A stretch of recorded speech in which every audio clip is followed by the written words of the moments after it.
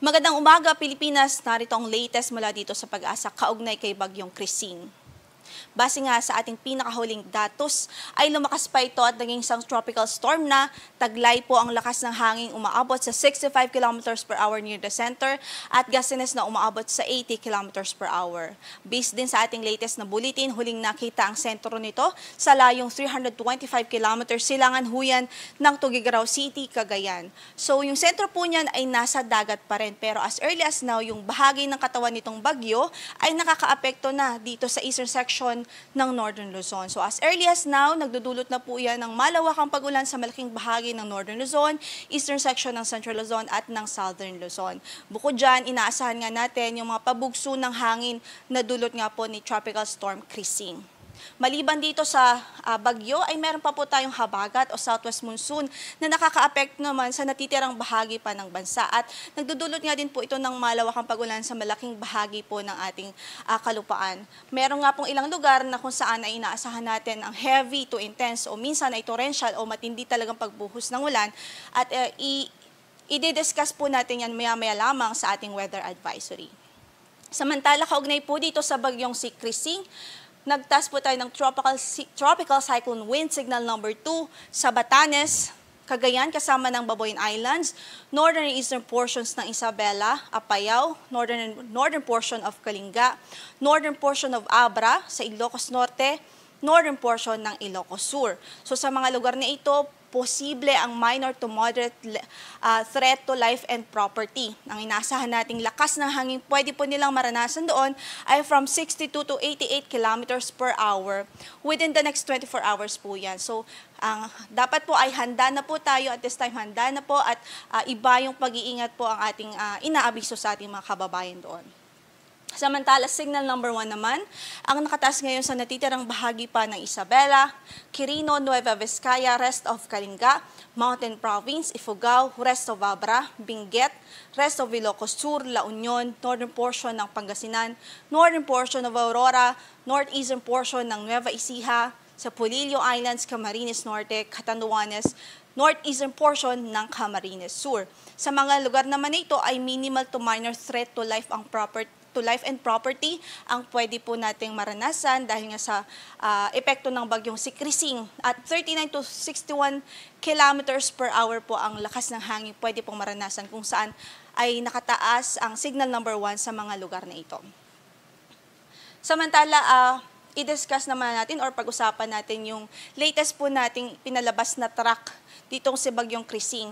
So, ini-expect pa rin natin, posible pa rin ang landfall scenario over mainland Cagayan o kaya naman sa Babuyan Islands this afternoon or evening. Pero kumbaga, although meron tayong projection kung saan ay pwedeng tumama itong sentro ng bagyo, ito pong line na ito, alalahanin po natin, meron pa rin po tayong probability cone kung saan ang ibig sabihin yan, as long as nasa probability cone po ang inyong lugar o probinsya o municipality, pwede pa rin pong dumaan dyan ang sentro ng bagyo. Maliban dyan, meron pa pong diametro itong bagyo, itong bilog po na yan.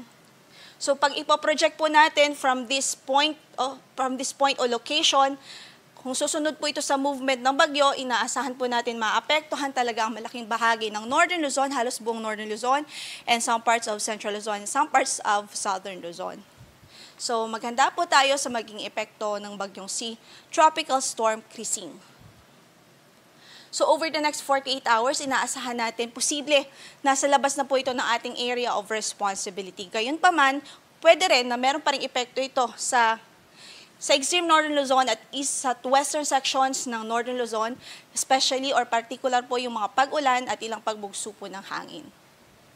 Samantala, by the third day or 72 hours from now, we're expecting na ang bagyong ito ay nasa layo na po ng 840 kilometers, kanluran ng extreme Northern Luzon, and by 92 hours, posible po na nasa layo na po ito ng 1,190 kilometers west of extreme Northern Luzon or in the vicinity of Guangdong Province, China. So outside the Philippine area of responsibility na po ito. Malayo na po sa PAR.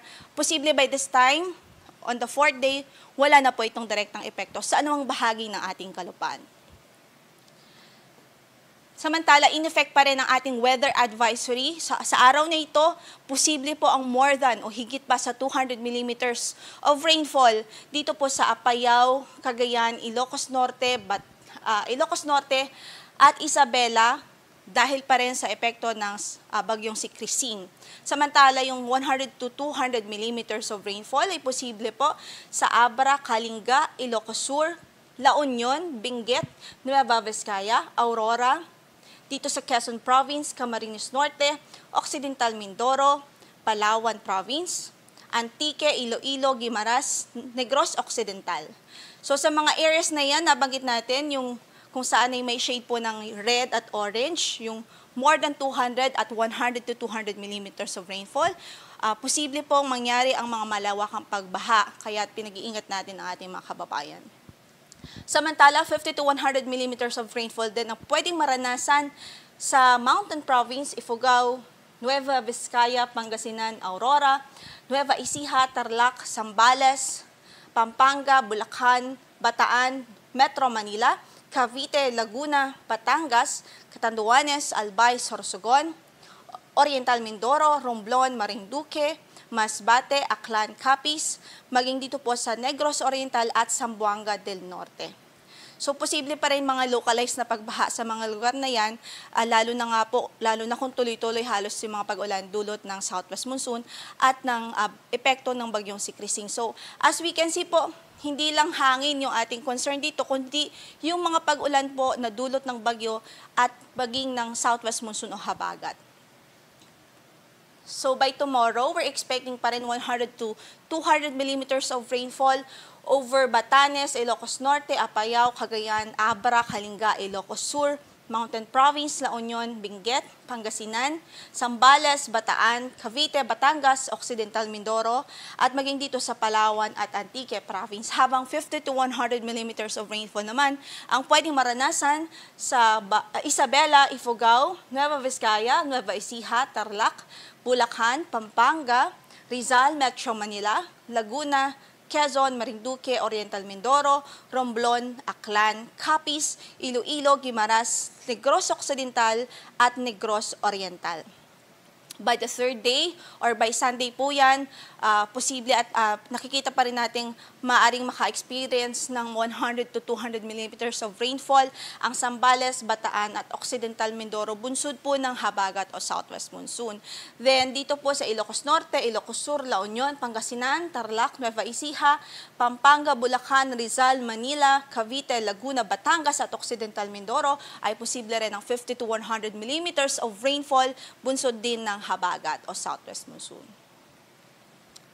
Then, ito po yung mga lugar kung saan posible ang strong to gale force winds.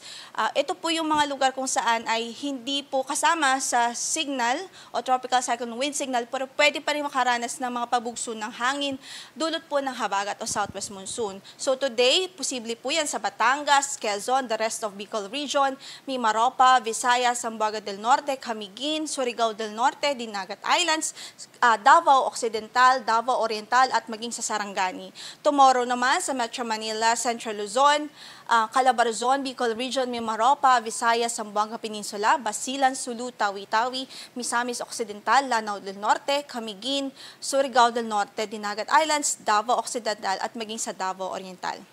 By Sunday ay sa Metro Manila, Ilocos Region, Central Luzon, Calabarzon, Mimaropa, Bicol Region, Western Visayas at Northern Samar.